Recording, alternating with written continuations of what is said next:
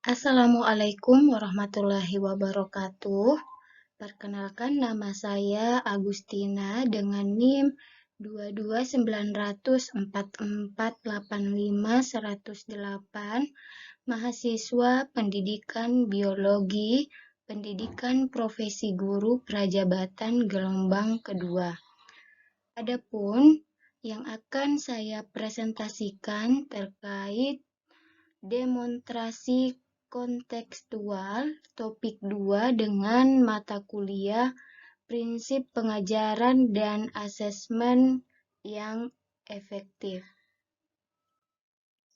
Adapun pembahasannya, yang pertama adalah strategi menyusun rancangan, yang kedua penerapan asesmen formatif dan asesmen sumatif, dan yang ketiga pengalaman praktik asesmen formatif dan sumatif. Strategi menyusun rencana dan pelaksanaan pembelajaran asesmen yang efektif terdiri dari 7 strategi. Yang pertama, melakukan analisis pada capaian pembelajaran untuk tujuan dan alur pembelajaran. Capaian pembelajaran merupakan titik akhir kompetensi pembelajaran yang harus dicapai oleh peserta didik dalam proses belajar. Kemudian yang kedua, perencanaan dan pelaksanaan asesmen diagnostik.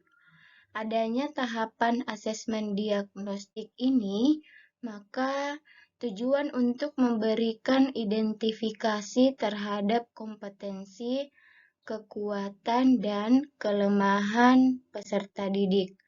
Strategi yang ketiga, mengembangkan modul ajar. Dengan mengembangkan modul ajar, maka dapat memperbaiki sistem pembelajaran melalui evaluasi.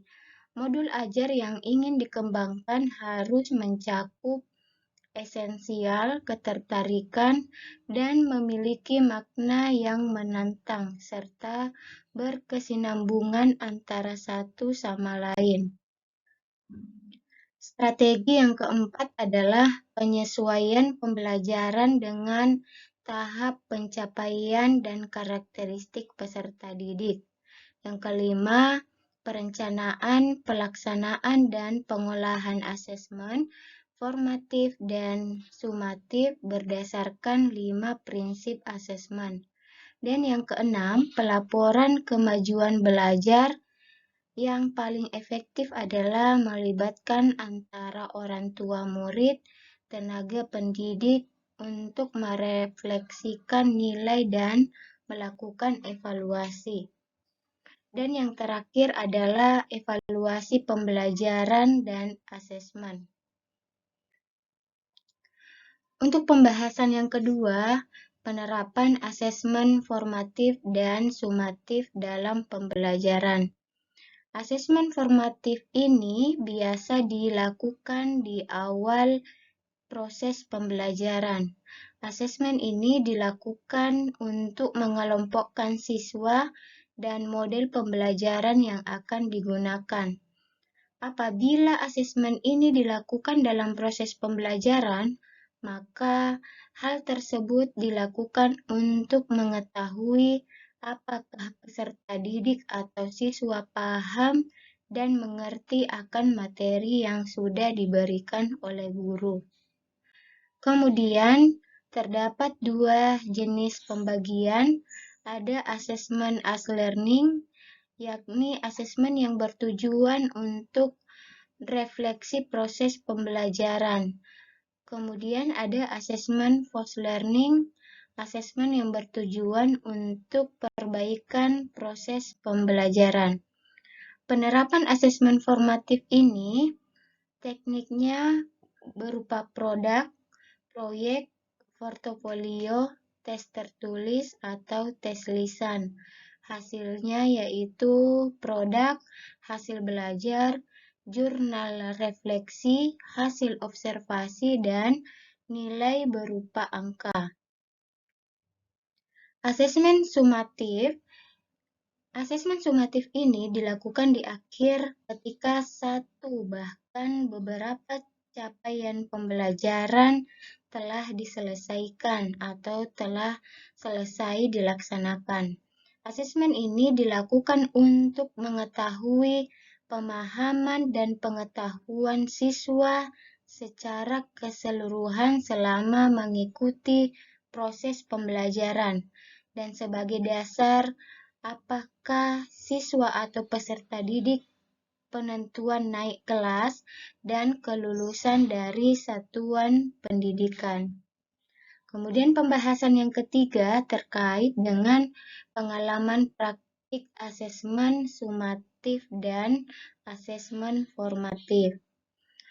Untuk asesmen as learning dengan asesmen for learning, asesmen as learning itu mengadakan self-assessment, seperti memberikan sebuah kertas kepada peserta didik dan meminta kepada mereka untuk menulis materi apa saja yang sudah mereka dapatkan di kelas.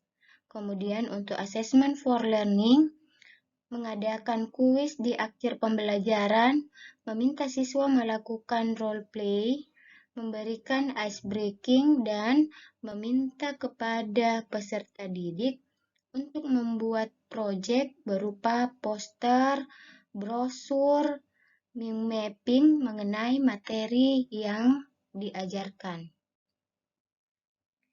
Dan assessment of learning mengadakan tes tertulis di akhir semester, seperti meminta siswa untuk menulis sendiri pengalaman mereka saat melakukan kegiatan praktikum, lalu mempresentasikan dalam sebuah video sebagai proyek akhir semester mereka.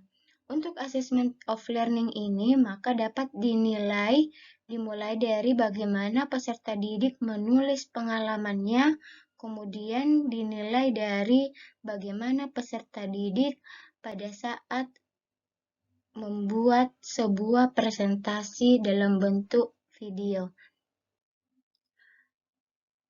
Mungkin hanya itu terkait penjelasan di topik 2, demonstrasi kontekstual. Saya ucapkan banyak terima kasih. Wassalamualaikum warahmatullahi wabarakatuh.